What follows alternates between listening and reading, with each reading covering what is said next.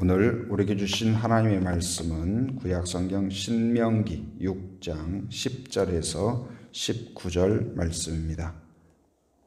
신명기에서 모세가 계속 이야기하는 하나님의 모습은 어떤 모습일까요? 가장 중요한 모습은 신실하신 하나님이에요.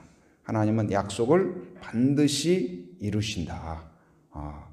이 모세는 지금 그 하나님의 약속, 근데 이 약속이 하나님께서 누구와 약속을 하셨냐? 첫째는 누구와 약속했냐면 아브라함과 약속을 했죠. 근데 지금 아브라함이 살았어요? 죽었어요? 이미 죽었어요. 그 다음에 또 이 약속이 누구에게 이어지냐? 아브라함의 아들 이삭에게 이어져요.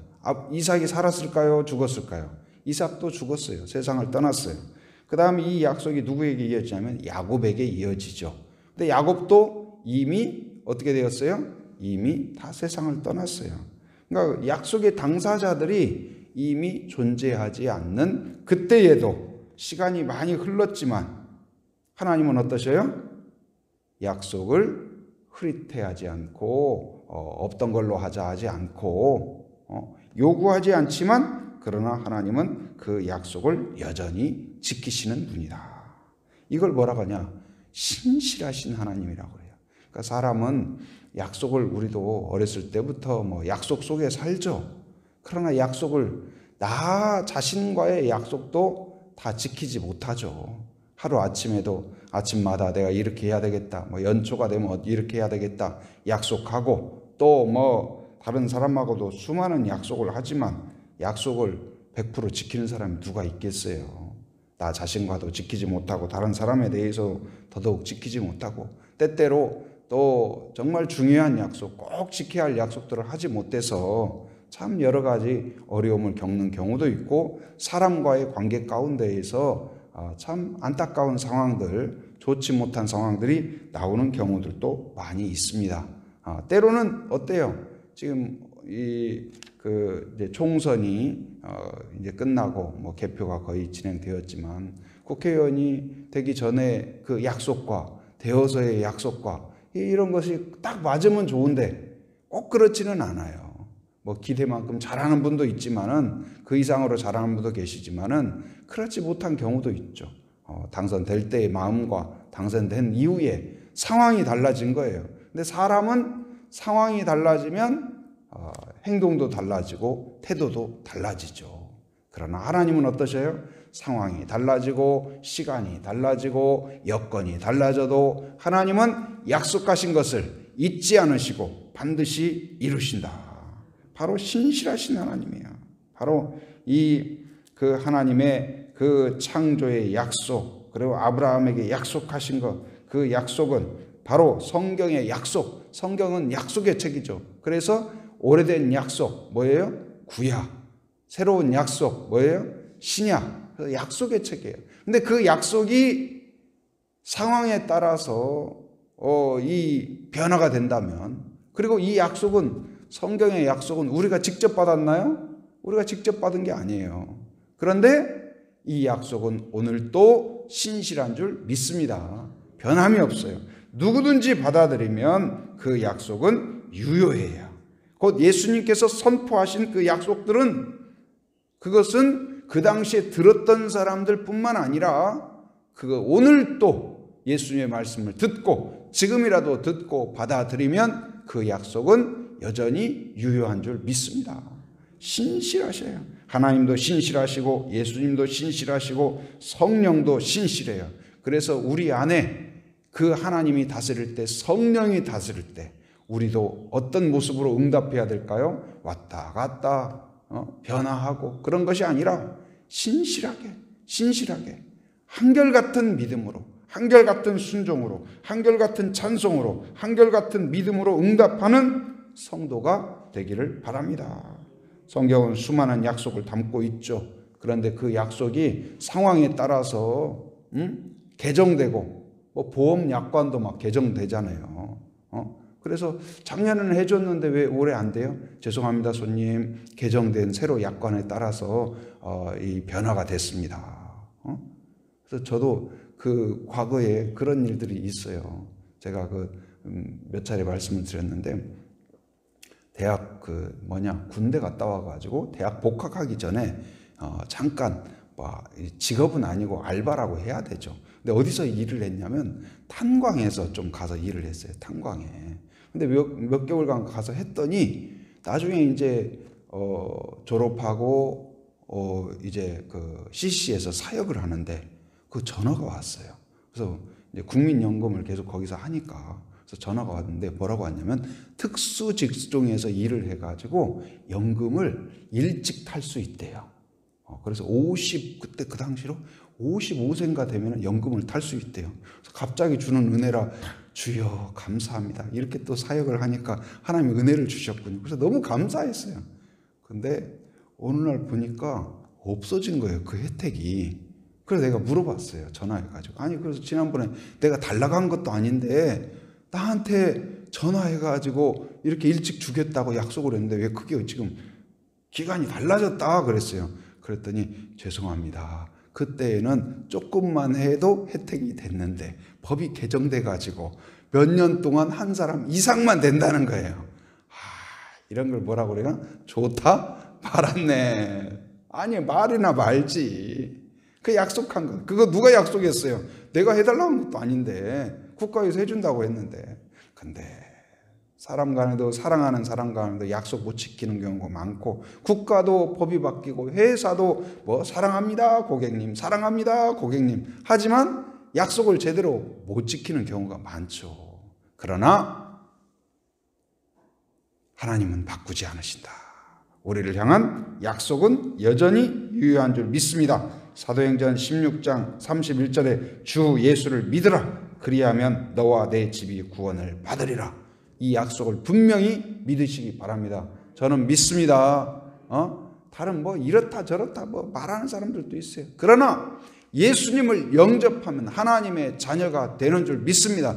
그래서 내가 똑똑해서가 아니라 잘나서가 아니라 의로워서가 아니라 하나님의 자녀가 된 줄 저는 확신합니다. 여러분 그 확신이 있길 바랍니다. 사단은 자꾸 그것을 혼동하게 해요. 흐릿하게 해요. 의심하게 해요. 그러나 우리는 약속을 믿는 거예요. 하나님이 약속하신 것. 그 구원의 확신은 우리의 의로움에 있는 게 아니고 바로 하나님의 약속의 신실성에 있어요.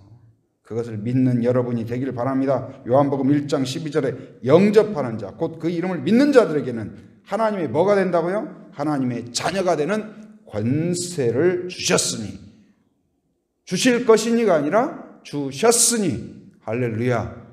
그러므로 여러분에게 저에게 이미 구원이 확정된 줄 믿습니다. 새벽기도 잘 나오면 1년에 이 일정 기간 해야 자격이 주어지는 게 아니에요.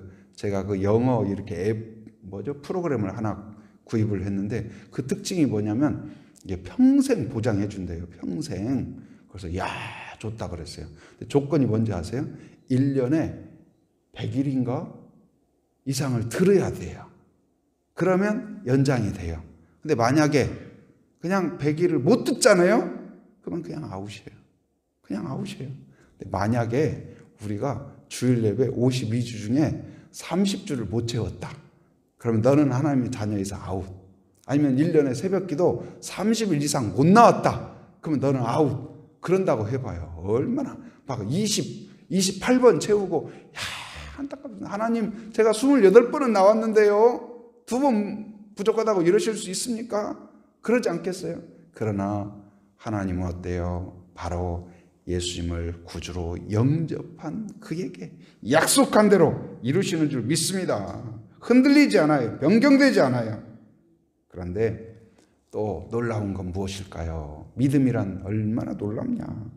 아브라함, 이삭, 야곱은 하나님의 약속이 실현된 것을 바로 젖과 꿀이 흐르는 땅을 주고 민족이 되게 하겠다는 약속을 그들이 눈으로 보지 못했어요. 아브라함은 죽을 때까지 눈으로 확인하지 못했어요. 그러나 뭐 했을까요? 믿은 줄 믿습니다. 아브라함은 믿음으로 믿었기 때문에 감사했어요. 믿었기에 찬양했어요. 믿었기에 기뻤어요. 믿음이란 바로 이런 거예요. 이삭도 마찬가지입니다. 보지 못했지만 믿었어요. 믿었기에 평안했어요. 믿었기에 그 담대했고 믿었기에 감사한 거예요. 아브라함도 마찬가지입니다. 요셉도 마찬가지예요.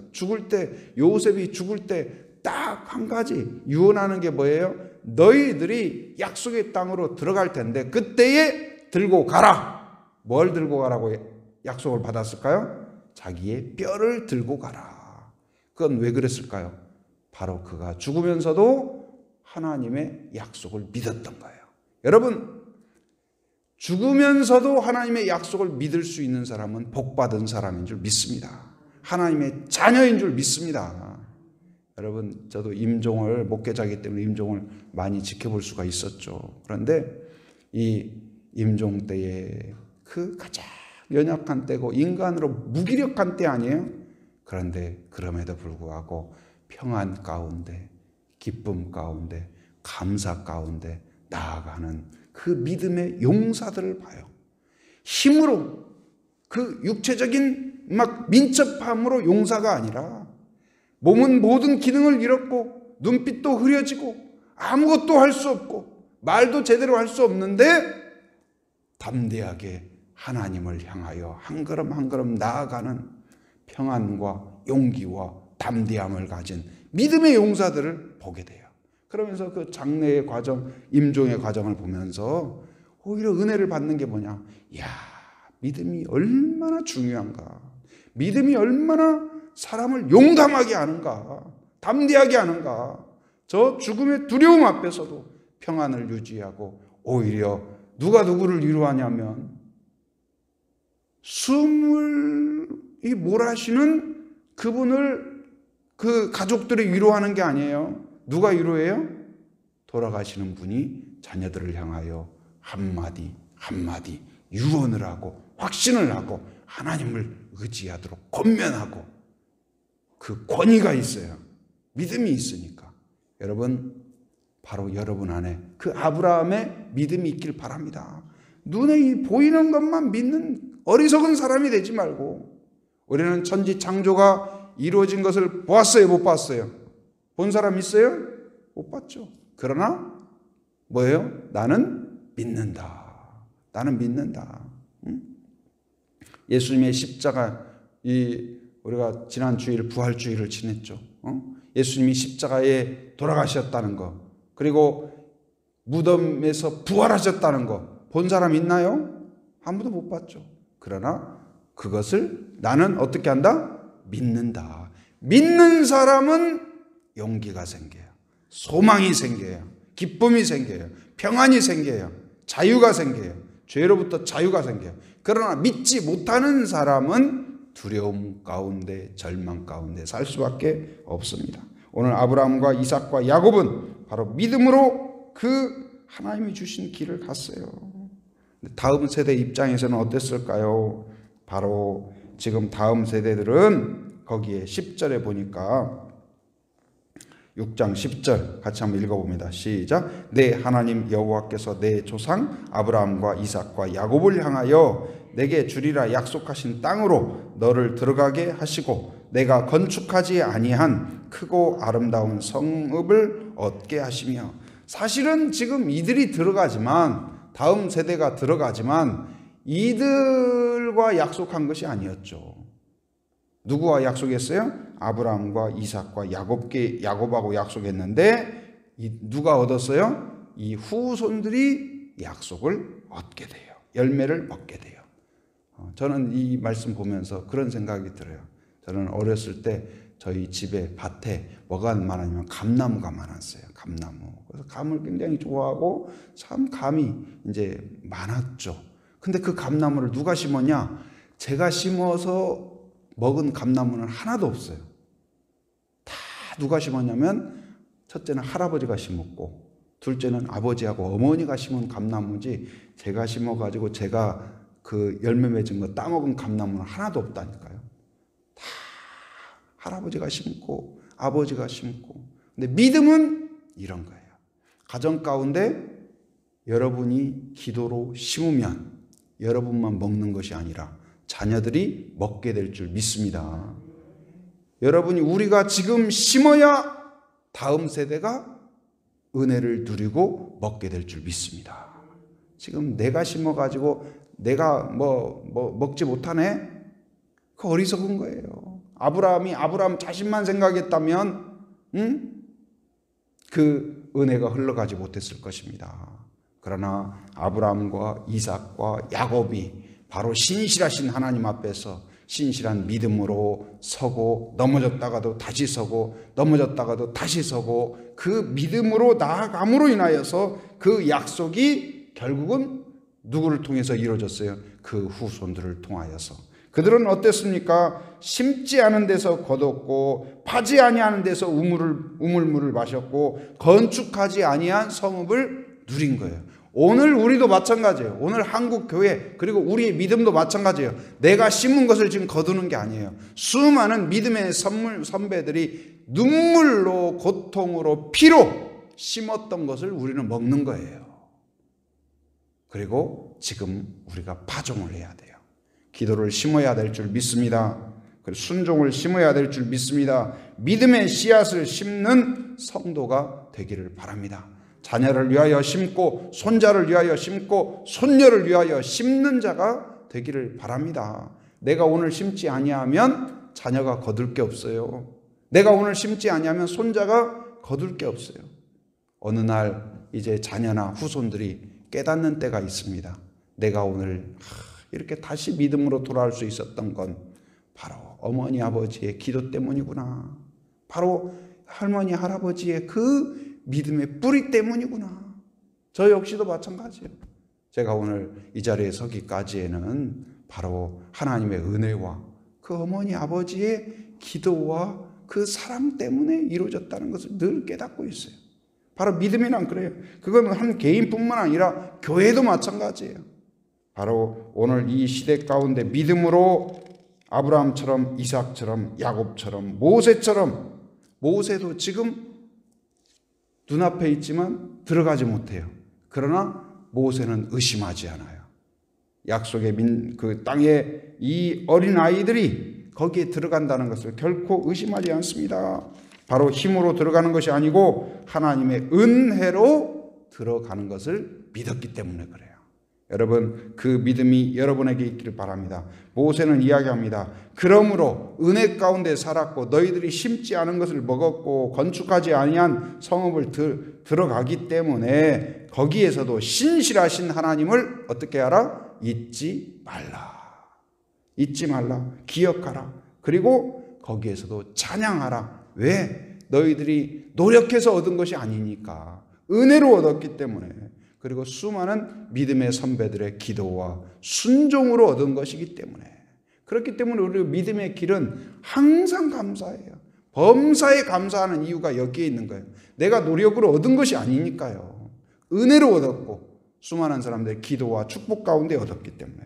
그래서 오늘 지금 모세의 권면처럼 바로 오늘 이 시대에 살아가는 우리는 어떻게 해야 될까요? 믿음으로 첫째는 심는 사람이 되길 바랍니다. 심고 또 심고 또 심고 또 심고. 오늘 지금 당장 거두지 못했다고 절망하는 사람이 아니라 모세처럼 꿈을 꾸고 소망을 품고 나아가는 성도가 되길 바랍니다.